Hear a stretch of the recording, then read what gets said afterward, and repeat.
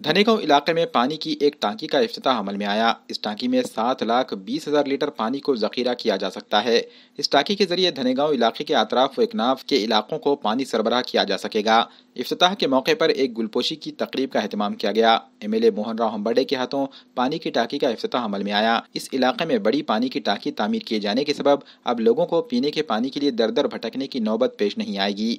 इस पानी की टांकी के जरिए धनेगांव, मुजामपेट, अदनान गार्डन और पंकज नगर इलाके के लोग फायदा उठा सकेंगे। वाज़ेह है कि इस पानी की टांकी को तामीर करने के लिए धनेगांव ग्राम पंचायत समिति के मेंबरान व जिम्मेदारान ने काफ़ी कोशिशें की थी। इस हल्के के एमएलए मोहन राव हम्बर्डे ने इनकी कोशिशों को कामयाब करने में अहम रोल अदा किया है।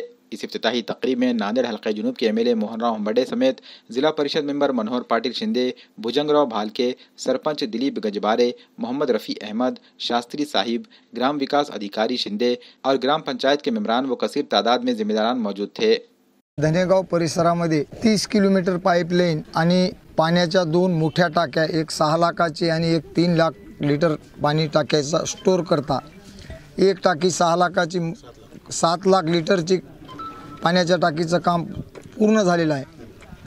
आणि या काम पूर्ण करण्याच्या पाठीमागं पहिले माजी जिल्हा परिषदचे अध्यक्ष गुंडले साहेब असतील, धनेगावची सर्व ग्रामपंचायतची टीम असेल आणि मध्यंतरी अण्णा निवडून आल्यावर हे योजना बंद झालेली चालू करण्याचा सुद्धा अण्णाचा सिंहाचा वाटा आहे।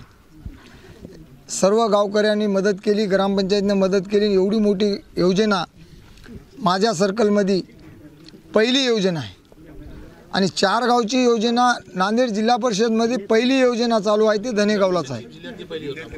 जिल्ह्यातली मोठी योजना धनेगावापासून सुरुवात आहे आणि माझी अण्णाकडे आमदार साहेब आमचे दक्षिणचे यांच्याकडे मागणी आहे की आता जसे आम्हाला पाण्याची टाकी आणि पाईपलाईन पूर्ण हे मंजुरी भेटलेली आहे, त्याच्यामध्ये पाईपची किंमत वाढलेली आहे। 500 रुपयाचा पाईप 1000 रुपयाला झाला। या एस्टिमेटमध्ये अण्णांना वाढ करून द्यावं लागणार आहे आणि नवीन योजना पाणी पुरवठा सप्लाय ही 4 गावची योजना सोडून आमच्या गावाकरता सेपरेट देण्याचे आमची गाववाल्याची सर्वांची मागणी आहे।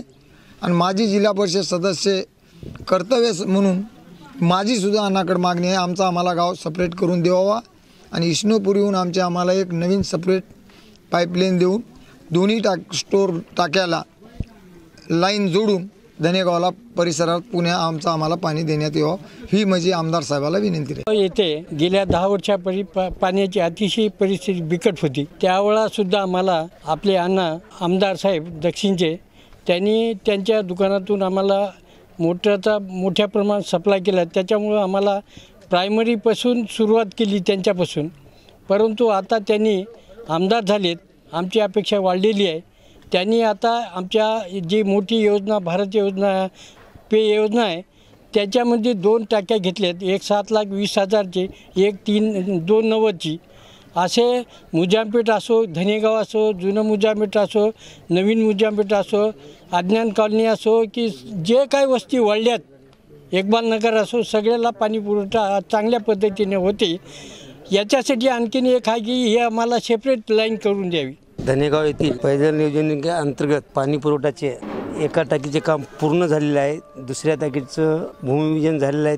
पाण्याचा प्रश्न आला की हे लोक सरपंच असो, उपसरपंच माझ्याकडे येतो आणि ती प्रश्न मी सोडित होते, ते बी सोडित आणि ती पाणी आज पाणी तुमची मुजामपेठ असो, अज्ञान कॉलनी असो, दुसरी पंकज नगर असो, बोरचं काम असो, मोटरचं काम असो, कुठलंही काम असो, दुरुस्तीची मोटरच्या बोर मारण्यापासून ते नवीन देण्यापर्यंत, ते दुरुस्ती करण्यापर्यंत मी या गावातल्या सगळ्या मोटारीचं काम केलं आहे।